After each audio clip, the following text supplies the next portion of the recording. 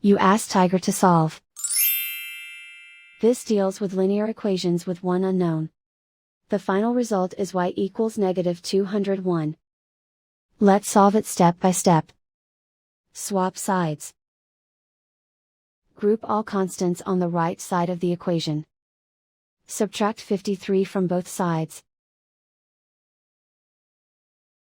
Group like terms. Simplify the arithmetic.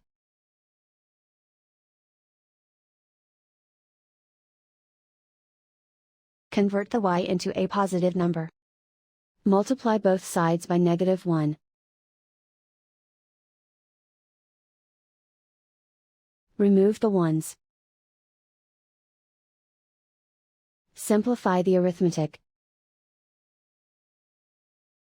And so the final result is y equals -201.